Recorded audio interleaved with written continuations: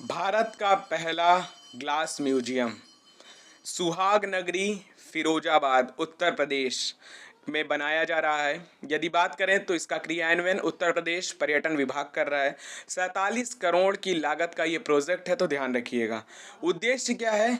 जो हमारी शिल्प विरासत है उसका संरक्षण और प्रचार करना, विकास भी हो सके, विरासत भी हो सके और पर्यटन को बढ़ावा भी दिया जा सके, तो ध्यान रखिएगा इस चीज़ को।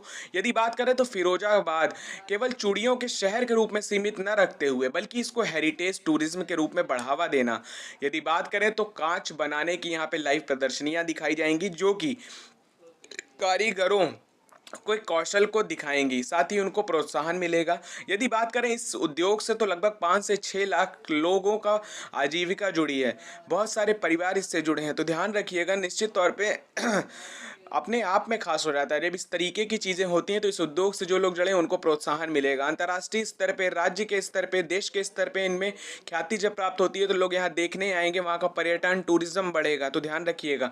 यदि बात करें तो चूड़ी उद्योग से जुड़ा हुआ है और फिरोजाबाद आपको पता होगा कांच की चूड़ियों के लिए वैसे ही प्रसिद्ध है, तो ध्यान रखिएगा। खास हो जाता है उत्तर प्रदेश के दृष्टि से, एग्जाम की दृष्टि से, और आने वाले एग्जामों में इस तरीके के क्वेश्चन पूछते हैं। जब हमें नहीं पता होता तो हम परेशान हो जाते हैं कि क्वेश्चन कैसे पूछ लिया।